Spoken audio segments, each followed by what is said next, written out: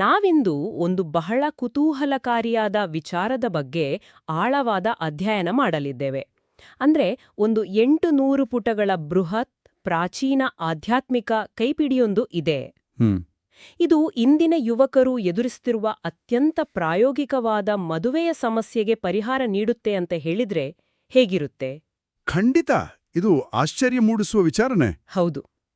ಸಾಮಾನ್ಯವಾಗಿ ನಾವು ಪ್ರಾಚೀನ ವೇದಮಂತ್ರಗಳ ಬಗ್ಗೆ ಮಾತನಾಡುವಾಗ ನಮಗೆ ನೆನಪಾಗೋದು ಒಂದು ಹಳೆ ಮ್ಯೂಸಿಯಂ ಅಥವಾ ನೂರಾರು ವರ್ಷಗಳ ಹಿಂದಿನ ಭವ್ಯವಾದ ಗುಡಿಯ ವಾತಾವರಣ ಅಲ್ವಾ? ನಿಜ, ಹೌದು.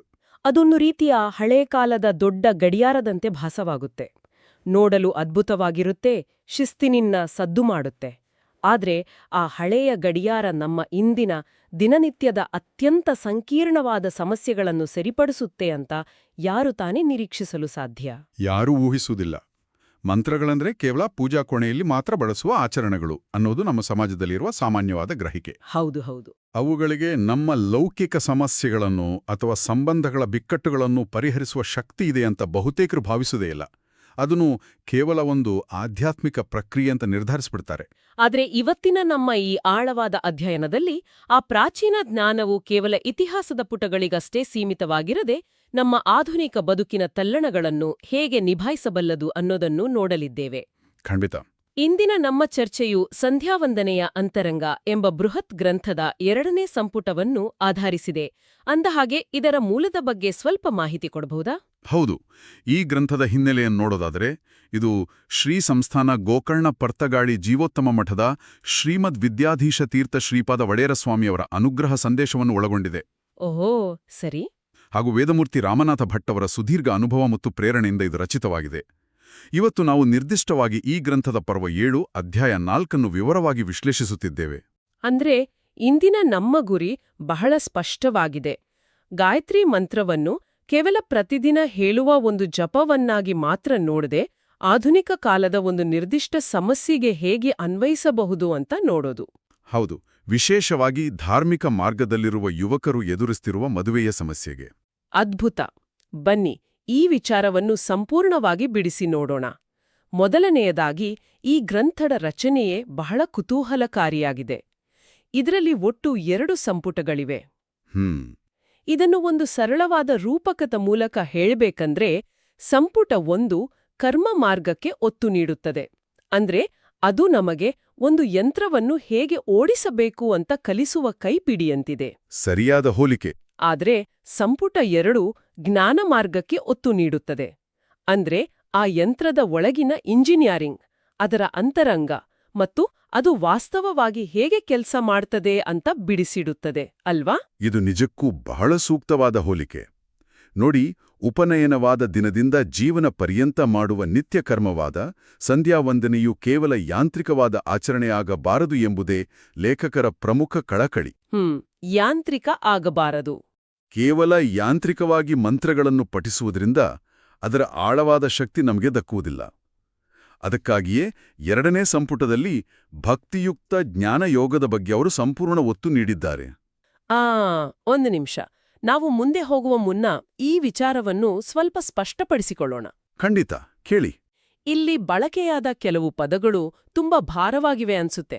ಸಾಮಾನ್ಯ ಜನರಿಗೆ ಈ ಅಷ್ಟಲಕ್ಷಣಗಳ ಉಪಾಸನೆ ಅಥವಾ ಜ್ಞಾನರೂಪತ್ವದ ಉಪಾಸನೆ ಎಂದ್ರೆ ಏನು ಅಂತ ಅರ್ಥವಾಗ್ಬೇಕಲ್ವೇ?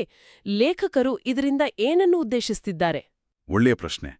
ಉಪಾಸನೆ ಎಂದ್ರೆ ಕೇವಲ ಭಗವಂತನನ್ನು ಹೊರಗಿನಿಂದ ಆರಾಧಿಸುವುದಲ್ಲ, ಅದು ಒಳಗಿನಿಂದ ಅನುಸಂಧಾನ ಮಾಡುವುದು. ಒಳಗಿನಿಂದ, ಓಕೆ. ಅಷ್ಟಲಕ್ಷಣಗಳ ಉಪಾಸನೆ ಎಂದ್ರೆ ಭಗವಂತನ 8 ವಿಶಿಷ್ಟ ಗುಣಗಳನ್ನು ನಮ್ಮ ಮನಸ್ಸಿನಲ್ಲಿ ಧ್ಯಾನಿಸುವುದು. ಅಂದ್ರೆ ಆತನೇ ಸೃಷ್ಟಿಕರ್ತ, ಆತನೇ ರಕ್ಷಕ ಅನ್ನೋ ರೀತಿಯಲ್ಲಿ ಭಗವಂತನ ಗುಣಗಳನ್ನು ಅರ್ಥ ಮಾಡಿಕೊಂಡು ಜಪ ಮಾಡುವುದು. ಓಹೋ, ಅಂದ್ರೆ ಕೇವಲ ಪದಗಳಲ್ಲ, ಅದರ ಅರ್ಥವನ್ನು ಅನುಭವಿಸುವುದು. ನಿಖರವಾಗಿ. ಜ್ಞಾನಾರೂಪತ್ವ ಎಂದರೆ ಆ ಮಂತ್ರದ ಹಿಂದಿರುವ ಪರಮಸತ್ಯವನ್ನು ಅರಿಯುವುದು. ಲೇಖಕರು ಹೇಳುವ ಅಂತರಂಗ ಎಂದರೆ ಇದೇ. ನಮ್ಮ ಆಂತರಿಕ ಪ್ರಜ್ಞೆಯನ್ನು ಎಚ್ಚರಿಸುವ ಪ್ರಕ್ರಿಯೆ ಇದು. ಇದು ಸ್ಪಷ್ಟವಾಯಿತು. ಆದರೆ ಇಲ್ಲಿಯೇ ಮತ್ತೊಂದು ದೊಡ್ಡ ಕುತೂಹಲ ಮೂಡುತ್ತೆ ನೋಡಿ. ಇಷ್ಟೊಂದು ಉನ್ನತ ಮಟ್ಟದ ಪ್ರಾಚೀನ ಮಂತ್ರಗಳು, ಭಕ್ತಿಯುಕ್ತ ಜ್ಞಾನಯೋಗ, ಅಂತರಂಗದ ಅನುಸಂಧಾನ ಅಂತ ಗಂಭೀರವಾಗಿ ಮಾತಾಡ್ತಿದ್ದೀವಿ. ಹೀಗಿರುವಾಗ ಏಕಾಏಕಿ ಲೇಖಕರು ಮದುವೆಯ ಸಮಸ್ಯೆ ಎಂಬ ಅತ್ಯಂತ ಪ್ರಾಯೋಗಿಕ ಮತ್ತು ಲೌಕಿಕವಾದ ವಿಷಯಕ್ಕೆ ಹೇಗೆ ಬರ್ತಾರೆ? ಇದು ಈ ಗ್ರಂಥದಲ್ಲಿ ಎತ್ತಿರುವ ಅತ್ಯಂತ ಪ್ರಮುಖವಾದ ಪ್ರಶ್ನೆ. ಮೊದಲನೇದಾಗಿ, ಆಧ್ಯಾತ್ಮಿಕ ಸಾಧನೆ ಮಾಡುವ ಹುಡುಗರಿಗೆ ಮದುವೆಯ ಅಗತ್ಯವಾದರೂ ಏನು? ಅವರು ಕೇವಲ ಬ್ರಹ್ಮಚಾರಿಗಳಾಗಿ ಇರಬಾರ್ದೇಕೆ ಅನ್ನೋ ಪ್ರಶ್ನೆ ಸಹಜವಾಗಿ ಮೂಡುತ್ತಲ್ವೇ? ಹೌದು, ಮೂಡುತ್ತೆ. ಆದರೆ ಎಲ್ಲರಿಗೂ ಸನ್ಯಾಸಾಶ್ರಮ ಅಥವಾ ಬ್ರಹ್ಮಚರ್ಯ ಹೊಂದುವುದಿಲ್ಲ ಅಂತ ಗ್ರಂಥವು ಸ್ಪಷ್ಟವಾಗಿ ಹೇಳ್ತದೆ. ಪ್ರತಿಯೊಬ್ಬ ವ್ಯಕ್ತಿಯು ತನ್ನ ಆಂತರಿಕ ಸ್ವಭಾವ ಮತ್ತು ಪ್ರಾರಬ್ಧಕ್ಕೆ ತಕ್ಕಂತೆ ಆಶ್ರಮವನ್ನು ಸ್ವೀಕರಿಸಬೇಕು. ಹೌದು, ಗೃಹಸ್ಥಾಶ್ರಮ ಕೂಡ ಒಂದು ಸಾಧನೆಯ ಮಾರ್ಗವೇ ಅಲ್ವಾ? ಖಂಡಿತ. ಸಮಾಜದಲ್ಲಿ ಗೃಹಸ್ಥಾಶ್ರಮದ ಮೂಲಕವೇ ಸಾಧನೆ ಮಾಡಬೇಕಾದವರ ಸಂಖ್ಯೆಯೇ ಹೆಚ್ಚು.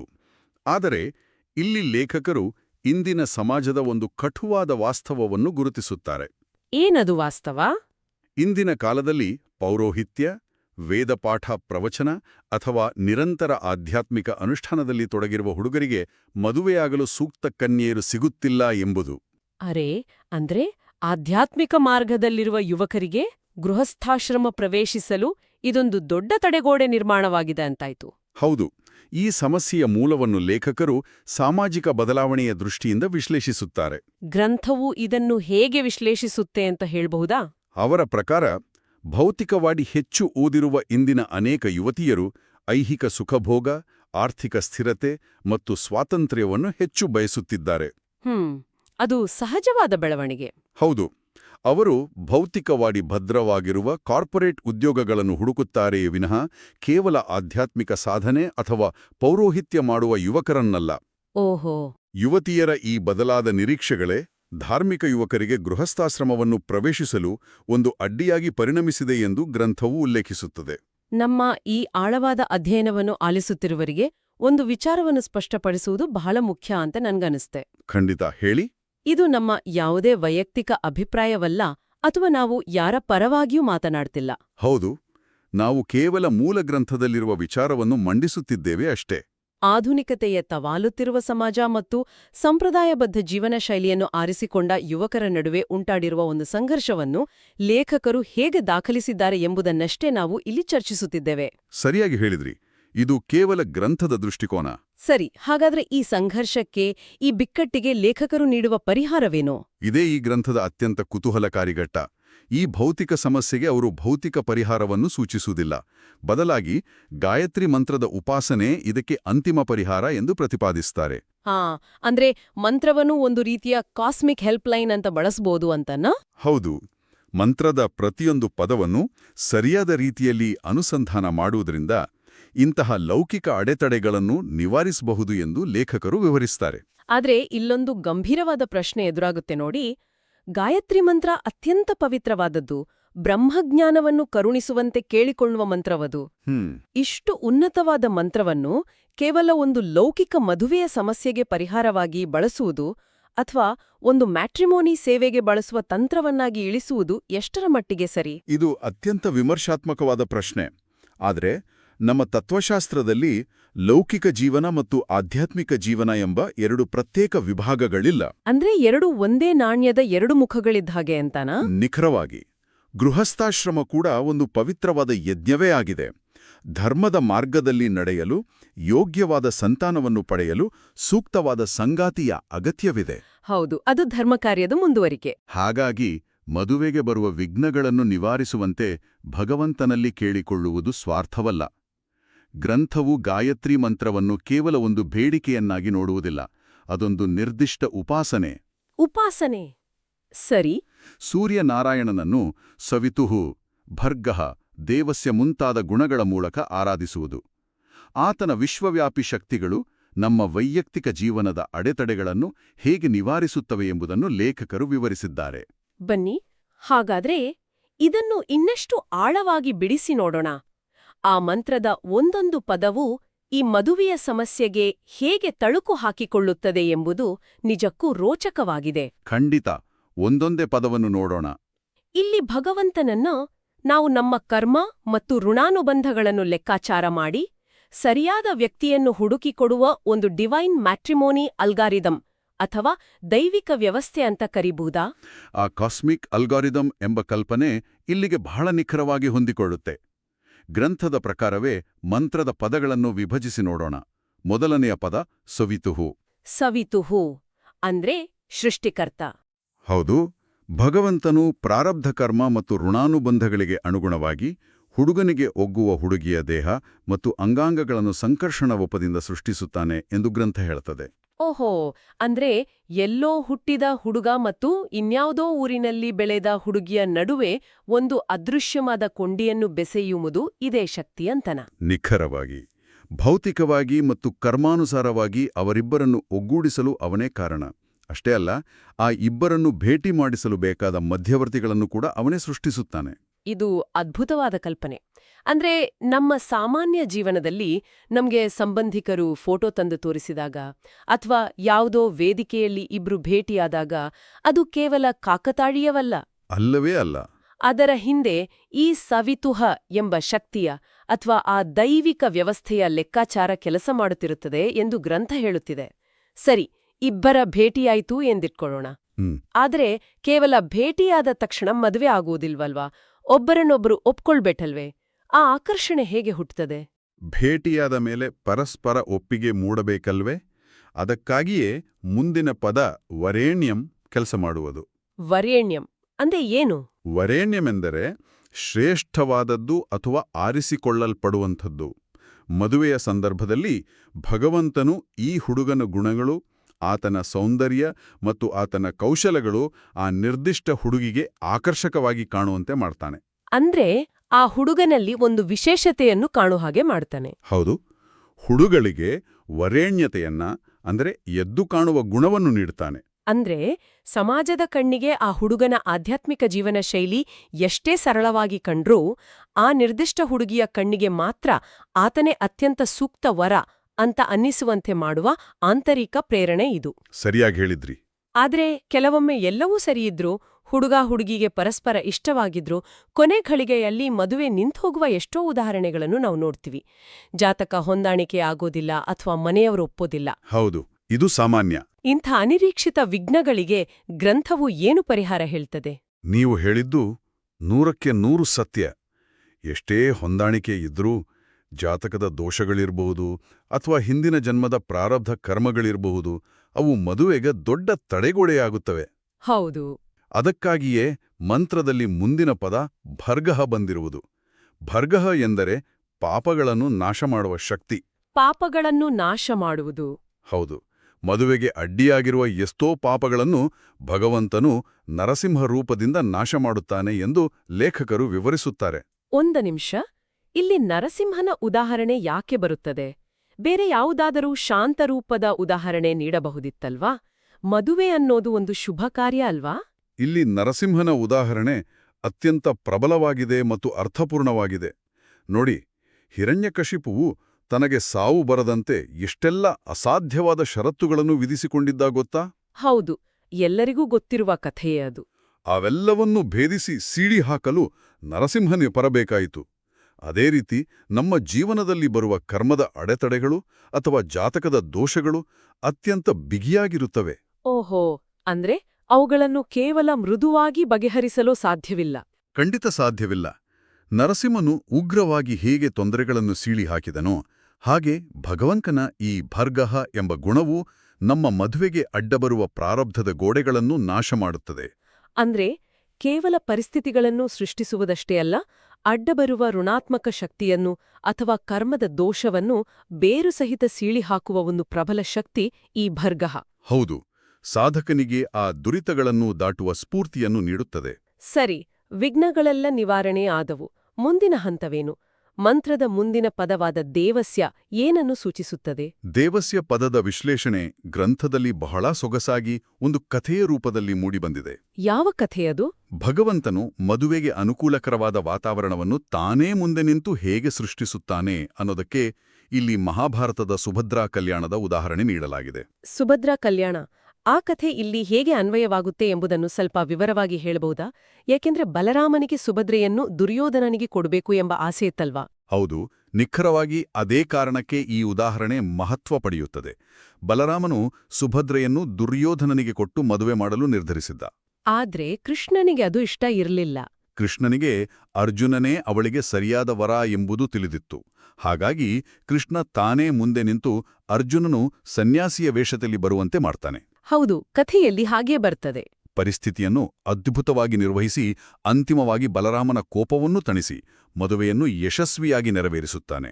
ಅಲ್ಲಿ ಕೃಷ್ಣ ಸುಭದ್ರಾಪೂರ್ವಜಃ ಆಗಿ ನಿಲ್ಲುತ್ತಾನೆ. ಅಂದ್ರೆ ಅವಳ ಅಣ್ಣನಾಗಿ ನಿಂತು ಎಲ್ಲ ವಿಘ್ನಗಳನ್ನು ನಿವಾರಿಸಿ ಅನುಕೂಲಕರ ವಾತಾವರಣವನ್ನು ಸೃಷ್ಟಿಸ್ತಾನೆ. ಅದೇ ರೀತಿ ಆ ದೇವಸ್ಯ ಗುಣವು ಭಕ್ತನ ಬಾಳಿನಲ್ಲೂ ಅಸಾಧ್ಯವೆನಿಸುವ ವಾತಾವರಣವನ್ನು ಸಾಧ್ಯವಾಗಿಸುತ್ತದೆ. ಇದು ಭಗವಂತನ ಆಡಳಿತ ವ್ಯವಸ್ಥೆಯ ಅಥವಾ ಆತನ ಆಪರೇಷನಲ್ ಮ್ಯಾನ್ಯುವೆಲ್ನ ಅದ್ಭುತವಾದ ವರ್ಣನೆ. ಸುಭದ್ರೆಯ ಉದಾಹರಣೆ ಇಲ್ಲಿ ಕೇವಲ ಒಂದು ಪೌರಾಣಿಕ ಕಥೆಯಾಗಿ ಉಳಿಯೋದಿಲ್ಲ. ಇಲ್ಲ, ಖಂಡಿತ ಇಲ್ಲ. ಬದಲಾಗಿ ಭಗವಂತನು ನಮ್ಮ ಪರವಾಗಿ ಹೇಗೆ ಕಾರ್ಯಾಚರಣೆ ನಡೆಸ್ತಾನೆ ಎಂಬುದರ ಸಾಕ್ಷಿಯಾಗಿ ನಮ್ಮ ಕಣ್ಣಿಗೆ ಕಟ್ಟುತ್ತೆ. ಇಷ್ಟೆಲ್ಲ ಸಿದ್ಧತೆಗಳಾದ ಮೇಲೆ ಮಂತ್ರದ ಅಂತಿಮ ಹಂತಕ್ಕೆ ಬರ್ತೀವಿ. ಹೌದು, ಅಂತಿಮ ಪ್ರಾರ್ಥನೆ.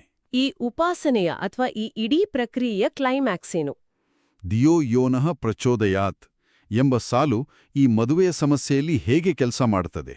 ಈ ಇಡೀ ವಿಶ್ಲೇಷಣೆಯ ಅತ್ಯಂತ ಆಳವಾದ ಮತ್ತು ಮುಕ್ತಾಯದ ಒಳನೋಟ ಅಡಗಿರುವುದೇ ಮಂತ್ರದ ಕೊನೆಯ ಭಾಗವಾದ ಧಿಯೋ ಯೋನಃ ಪ್ರಚೋದಯಾತ್ ಎಂಬುದರಲ್ಲಿ.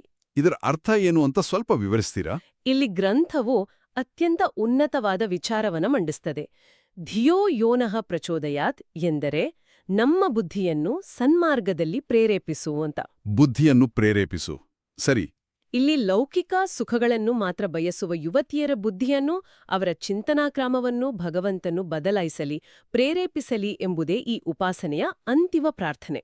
ಅಂದ್ರೆ ಅವರ ದೃಷ್ಟಿಕೋನವನ್ನು ಬದಲಾಯಿಸುವ ಪ್ರಾರ್ಥನೆ ಇದಾಗಿದೆ. ಹೌದು, ಐಹಿಕ ಭೋಗಗಳಿಗಿಂತ, ಕೇವಲ ಭೌತಿಕ ಸಂಪತ್ತಿಗಿಂತ ಆಧ್ಯಾತ್ಮಿಕ ಮತ್ತು ಧಾರ್ಮಿಕ ಅನುಷ್ಠಾನದಲ್ಲಿ ನಿರತರಾದ ಯುವಕರೇ ಶ್ರೇಷ್ಠರು ಎಂಬ ಭಾವನೆಯನ್ನು ಆ ಕನ್ಯೆಯರ ಬುದ್ಧಿಯಲ್ಲಿ ಭಗವಂತನು ಪ್ರೇರೇಪಿಸಲಿ ಅಂತ ಇಲ್ಲಿ ಬೇಡಿಕೊಳ್ಳಲಾಗ್ತಿದೆ. ಓಹೋ. ಕೇವಲ ಹಣ ಮತ್ತು ಅಂತಸ್ತನ್ನು ನೋಡುವುದರ ಬದಲಾಗಿ ವ್ಯಕ್ತಿಯ ಆಂತರಿಕ ಗುಣ, ಧಾರ್ಮಿಕ ಬದ್ಧತೆ ಮತ್ತು ಸಂಸ್ಕಾರವನ್ನು ಗುರುತಿಸುವಂತಹ ಬುದ್ಧಿಯನ್ನು ಅವರಿಗೆ ಕರುಣಿಸಲಿ ಎಂಬುದೇ ಈ ಉಪಾಸನೆಯ ಅಂತಿಮ ಗುರಿ.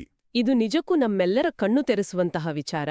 ಅಂದ್ರೆ ನಾವಿಲ್ಲಿ ಗಮನಿಸಬೇಕಾದ ಮುಖ್ಯ ಅಂಶವೇನೆಂದ್ರೆ, ಈ ಮಂತ್ರದ ಮೂಲಕ ನಾವು ಕೇವಲ ನಮ್ಮ ಸುತ್ತಲಿನ ಪರಿಸ್ಥಿತಿ ಬದಲಾಗಲಿ ಅಂತ ಕೇಳ್ತಿಲ್ಲ. ಹೌದು, ಪರಿಸ್ಥಿತಿ ಮಾತ್ರವಲ್ಲ. ನಮಗೆ ಒಮ್ಮೆಲೆ ದುಡ್ಡು ಸಿಗ್ಲಿ ಅಥವಾ ನಾವು ಬಯಸಿದ್ದೆಲ್ಲ ಭೌತಿಕವಾಗಿ ಒದಗಿ ಬರಲಿ ಅಂತ ಕೇಳ್ಕೊಳ್ತಿಲ್ಲ.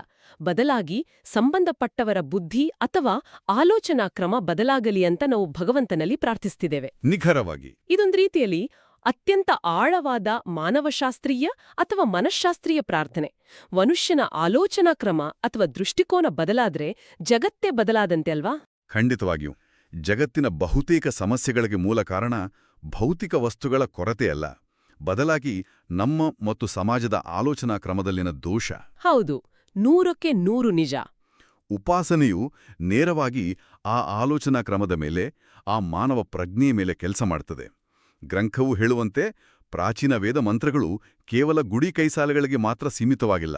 ಬದಲಾಗುತ್ತಿರುವ ಸಮಾಜದ ಆದ್ಯತೆಗಳನ್ನು ನಿಭಾಯಿಸಲು ಇವು ದಾರಿದೀಪ ಆಗಿವೆ. ಹೌದು, ಯುವತಿಯರ ನಿರೀಕ್ಷೆಗಳು ಮತ್ತು ಯುವಕರ ಧಾರ್ಮಿಕ ಬದ್ಧತೆಯ ನಡುವಿನ ಕಂದಕವನ್ನು ನಿರ್ವಹಿಸಲು ಈ ಮಂತ್ರಗಳು ಆಂತರಿಕ ಶಕ್ತಿಯನ್ನು ಮತ್ತು ಅಚಲವಾದ ಭರವಸೆಯನ್ನು ನೀಡುತ್ತವೆ.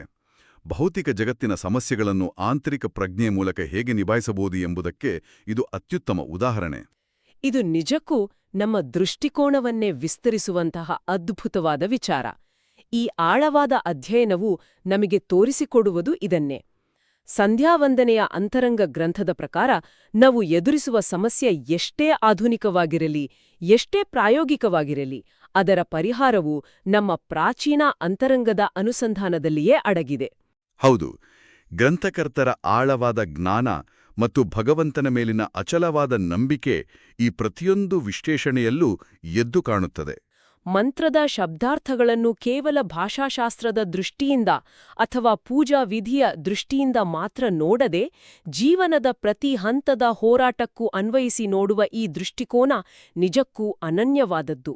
ಜ್ಞಾನಮಾರ್ಗ ಮತ್ತು ಕರ್ಮಮಾರ್ಗದ ನಡುವಿನ ಸೇತುವೆಯನ್ನು ಈ ಗ್ರಂಥ ಅತ್ಯಂತ ಸುಂದರವಾಗಿ ನಿರ್ಮಿಸಿದೆ. ಇಂದಿನ ಈ ಸುದೀರ್ಘ ಮತ್ತು ಆಳವಾದ ಚರ್ಚೆಯ ಕೊನೆಯಲ್ಲಿ ನಾನು ಒಂದು ಸಣ್ಣ ಚಿಂತನೆಯನ್ನು ಬಿಟ್ಟುಹೋಗಲು ಇಷ್ಟಪಡುತ್ತೇನೆ. ಖಂಡಿತ ಹೇಳಿ. ನಾವು ಕಾರ್ಯಕ್ರಮದ ಆರಂಭದಲ್ಲಿ ಹೇಳಿದ ಆ ಹಳೆಯ ಗಡಿಯಾರ ಮತ್ತು ದಿನನಿತ್ಯದ ಸಮಸ್ಯೆಗಳ ಕಥೆ ನೆನಪಿದೆಯಲ್ವಾ? ಹೌದು, ನೆನಪಿದೆ. ಆ ಹಳೆಯ ಗಡಿಯಾರವು ಹೊರಗಿನ ಭೌತಿಕ ಯಂತ್ರವನ್ನು ಸರಿಪಡಿಸುವ ಬದಲು ಆ ಯಂತ್ರವನ್ನು ಬಳಸುತ್ತಿರುವ ವ್ಯಕ್ತಿಯ ಚಿಂತನೆಯ ದಿಕ್ಕನ್ನೇ ಮೇಲ್ದರ್ಜೆಗೆ ಏರಿಸಿದರೆ ಹೇಗಿರುತ್ತದೆ ಎಂಬುದನ್ನು ಒಮ್ಮೆ ಊಹಿಸಿಕೊಳ್ಳುವುದು ಕುತೂಹಲಕಾರಿಯಾಗಿದೆ.